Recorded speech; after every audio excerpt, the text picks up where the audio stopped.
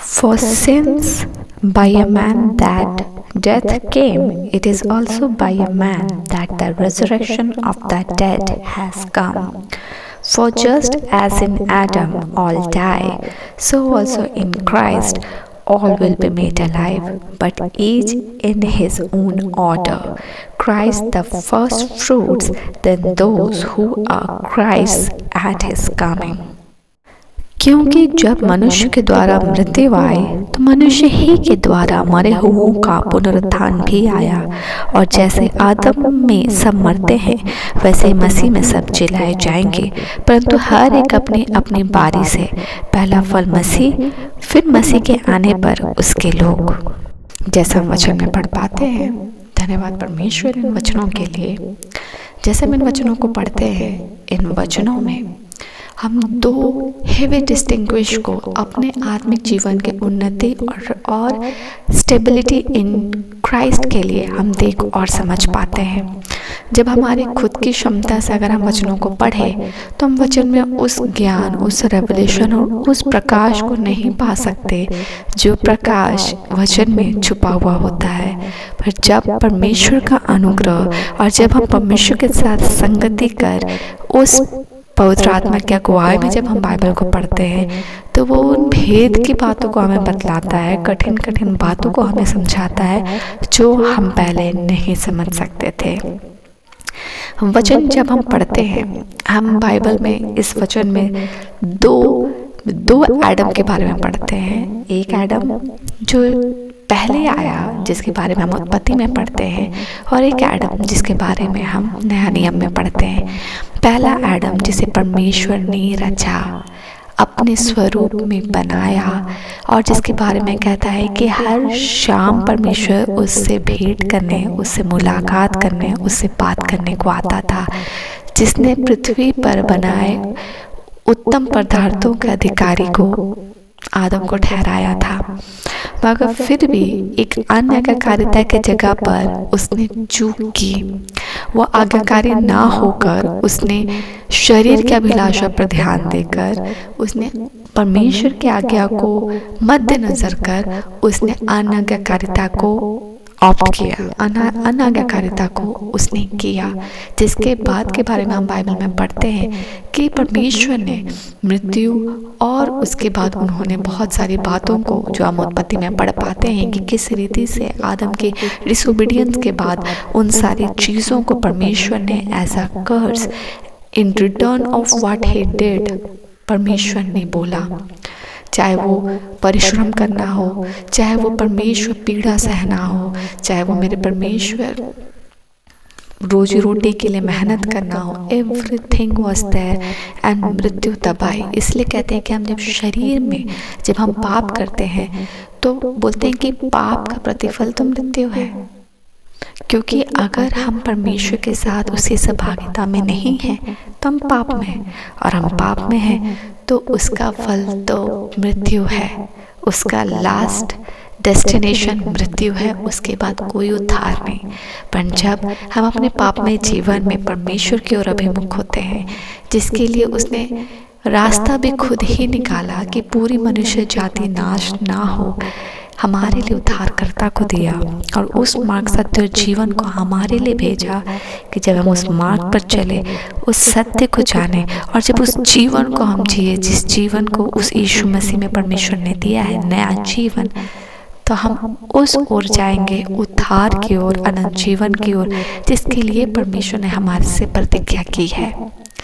The land where he lives, परमेश्वर के राज्य में प्रवेश करना मनुष्य की क्षमता नहीं, क्योंकि हम पाप में ही जन्मते हैं, मगर परमेश्वर का क्या ही वो अनुग्रह, क्या ही वो सच्चाई, क्या ही वो प्रेम है कि उसने प्रतिज्ञा की, और परमेश्वर ने अपने परमेश्वरत्व को छोड़कर धरती पर हमारे लिए आया, उस क्रूस पर हमारे लिए श्राप को लिया, अपने आप को हर एक शेम के साथ, ब्रूटल क्रूसिफिक्शन के साथ अपने आप को बलिदान दिया कि उसके बलिदान चढ़ाए जाने से आज ये जीवन बचा है।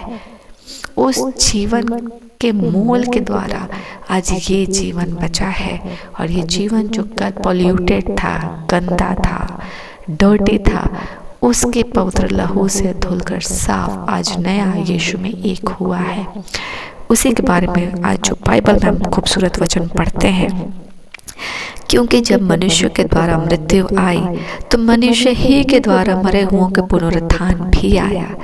एक मनुष्य जिसके अन्यायकारिता के द्वारा मृत्यु आई, और उसके बाद एक और मनुष्य जो अपने परमेश्वरत्व को छोड़कर मनुष्य रूप धारण कर धरती पर आया, और उसने आज्ञाकारी होकर आज्ञाकारिता पूरा किया कि फिर भी हो सके तो ये प्याला मुझसे हट जाए, फिर भी मेरी नहीं पिता तेरी इच्छा पूरी हो। और उस आज्ञाकारिता के तहत उस पवित्र क्रूसिफिक्शन को लिया, और उस क्रूसिफिक्शन के द्वारा उसने अनंत जीवन के मार्ग को मनुष्य जाति के लिए जनरेशन बाय जनरेशन खोल दिया। एंड उसी के बारे में कहता है कि तो मनुष्य ही के द्वारा मरे हुओं का पुनरुत्थान भी आया। एक मनुष्य जिससे मृत्यु आई, और एक मनुष्य जिसके द्वारा अनंत जीवन और रिजरेक्शन आया। मतलब कल तक हम पाप की दशा में मरे हुए थे, हमारा आत्मा मरा हुआ था, हमारा विवेक मरा हुआ था, हमारा सोच मरा हुआ था, हम किसी के लिए अच्छा नहीं सोच सकते थे, हमारे अंदर हमारा खुद का विवेक और आत्मा मरा हुआ था।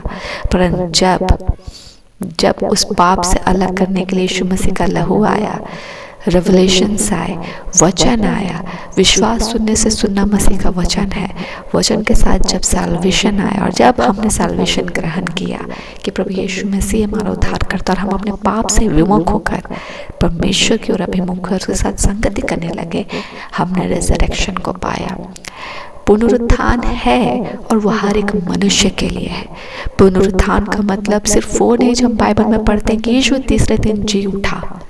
पुनरुत्थान उसने मनुष्य के लिए दिया कि कल तक जो आप पाप की दशा में मरे हुए थे, यीशु को आपने ग्रहण किया और आपने रिजरेक्शन को पाया है।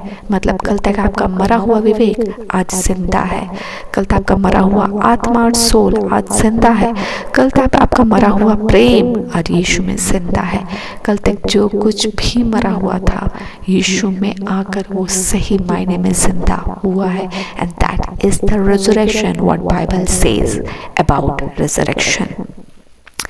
और जैसे आदम में सब मरते हैं, वैसे ही मसीह में सब जिलाए जाएंगे, परंतु हर एक अपनी बारी से, पहला फल मसीह, फिर मसीह के आने पर उसके लोग। इसलिए हो जाने को पाए कि इस वचन के साथ हर कोई उस रिजरेक्शन के एक्सपीरियंस को पाए, जिससे कि हम इस बात को जाने कि पुनरुत्थान परमेश्वर ने हमारे लिए दिया है। उसने पुनरुत्थान के मार्ग को हमारे लिए खोला है। आइए प्रार्थना करें। हे पवित्र जीवित परमेश्वर, तो जानता है कि पाप की दशा में पड़ा होना मतलब मृत्यु है। पाप की दशा में होना मतलब विवेक का मरा होना। पाप की दशा में होना मतलब उनके सेंसेस का डेड होना। पाप की दशा में होना मतलब उस इमोशन का ना होना जो कि परमेश्वर ने मनुष्य के अंदर सेंसिटिविटी को दिया है।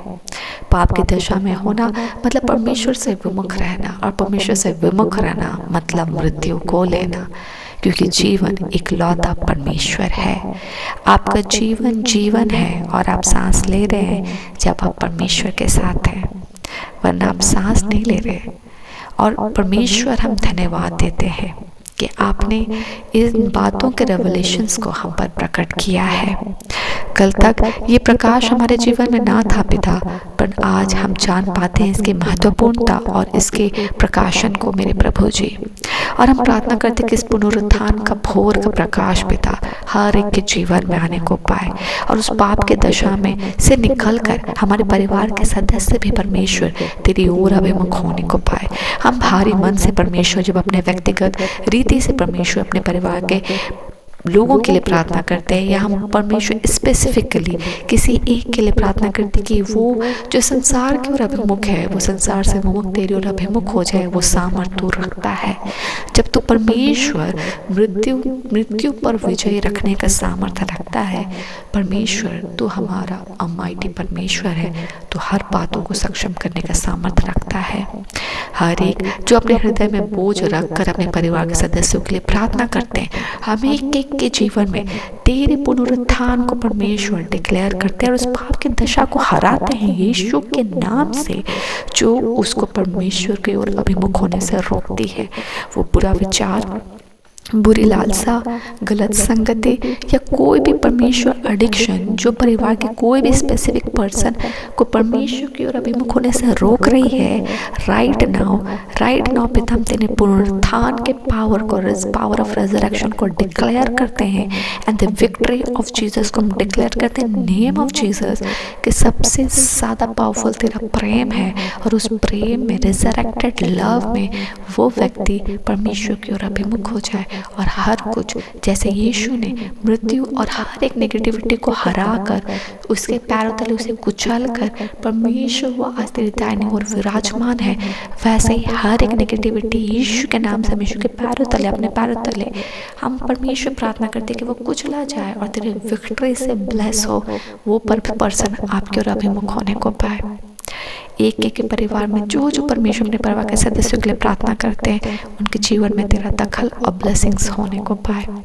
प्रकाश आए पिता कि ये साल तेरे रिजरेक्शन, तेरे लव का उजाला परिवार के हर सदस्य के जीवन में और परिवार में बहुतायत से आए कि हम लौ लगाकर प्रार्थना करना ना छोड़े, याव रखना ना छोड़े, विश्वास रखना ना छोड़े और तेरे गवाहियों को भरपूरी से हम देखने को पाए। आज के दिन के लिए हम तेरा धन्यवाद देते हैं और ब्लेस करते हैं कि हम परमेश्वर सुरक्षित उठे, अपने कामों को करें, कामों के लिए निकले और गंतव्य स्थान में सुरक्षित लौटे और हमारे जीवन के गवाहियों से आपको बहुतायत से महिमा मिले। धन्यवाद का भेंट चढ़ाते हैं, आपको धन्य कहते हैं, सभी प्रार्थनाओं को मांगते पिता। अनुग्रह सुनिए, स्व के राज में ग्रहण कीजिए यीशु के नाम से, आमीन।